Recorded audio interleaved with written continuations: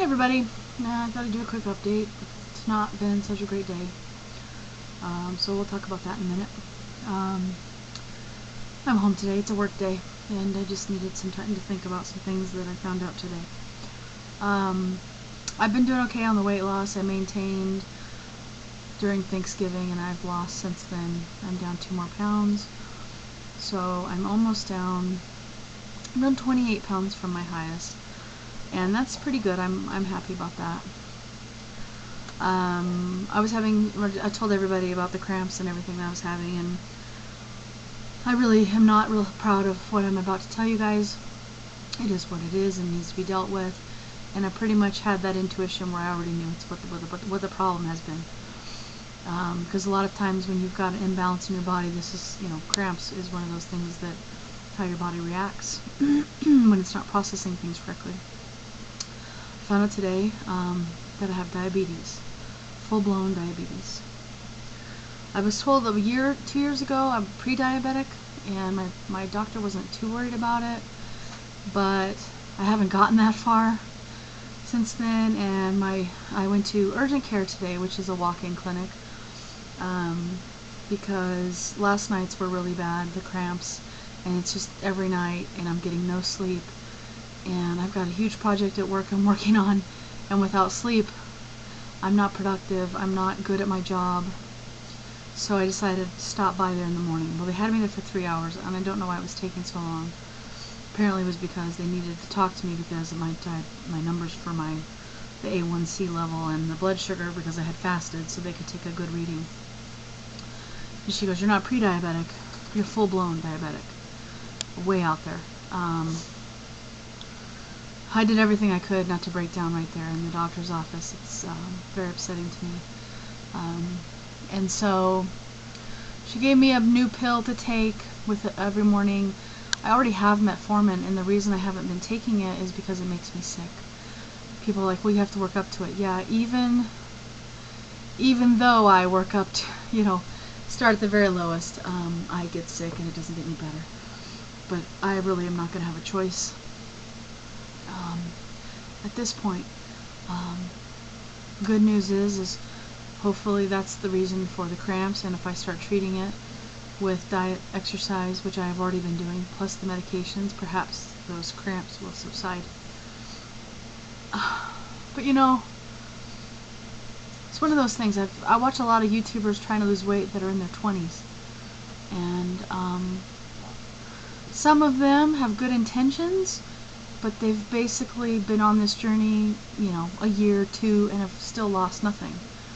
Because as I did, and as many of us have done in your 20s, things don't seem that big of a deal. We know we need to lose weight because that's what everybody says. We just don't take it that seriously, so many people put it off until something like what has just happened to me occurs, or even worse. So I just plead with the young people that might watch this video, fix it now, before you have it. Before you get something like diabetes, or you have a stroke, or you get, you die from a blood clot because you're so overweight when you travel that you die from it. There's just so many things that cause you to be a sick person when you're overweight. And, today I'm going to still have a lot of crying that I feel I need to do.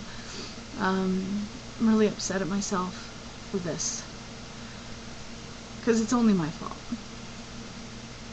There's some hereditary background in my family, but this is all obesity related. This has nothing to do with heredity. This is what I've done to my body year after year. In my 20s, I didn't have one speck of high cholesterol, no high blood pressure, no aches, no pains. I'm 36, almost 37. I have high blood pressure, I have high cholesterol. She also gave me a blood pressure medication today, not because I have to take high blood pressure meds, because it's a very small dose, because my blood pressure was 140/96, so it's high, but it's not to the high where they normally would give you medication. However, sometimes those types of drugs will help with leg cramps, but usually she says it's it's unsuccessful and in the severity that I have, it probably won't do much. But I guess I have an appointment with my regular doctor next Tuesday. There's another drug I need to take because I'm diabetic to protect my kidneys, which also lowers blood pressure. So, but doesn't seem to have the same leg cramp side effect, if you call it that, that she said she'd rather me take, because obviously kidneys are more important than leg cramps. So I'll find out about that next week. And she, it scared me a lot when she said you need at least oral medication, at least. So who knows what my doctor will tell me next week. I've given myself shots before. I used to take, after my lap band surgery, I had to give myself blood thinner shots every day for a week or 2 weeks. And then I had to do once a month a B12 shot, which was my choice. I could do oral, but it's much more effective when you do it once a month. So I went with that route because giving myself shots wasn't that big of a deal. So I know how to do that. I just don't want to be insulin driven with my, have to do the shots like people do, and I'm scared.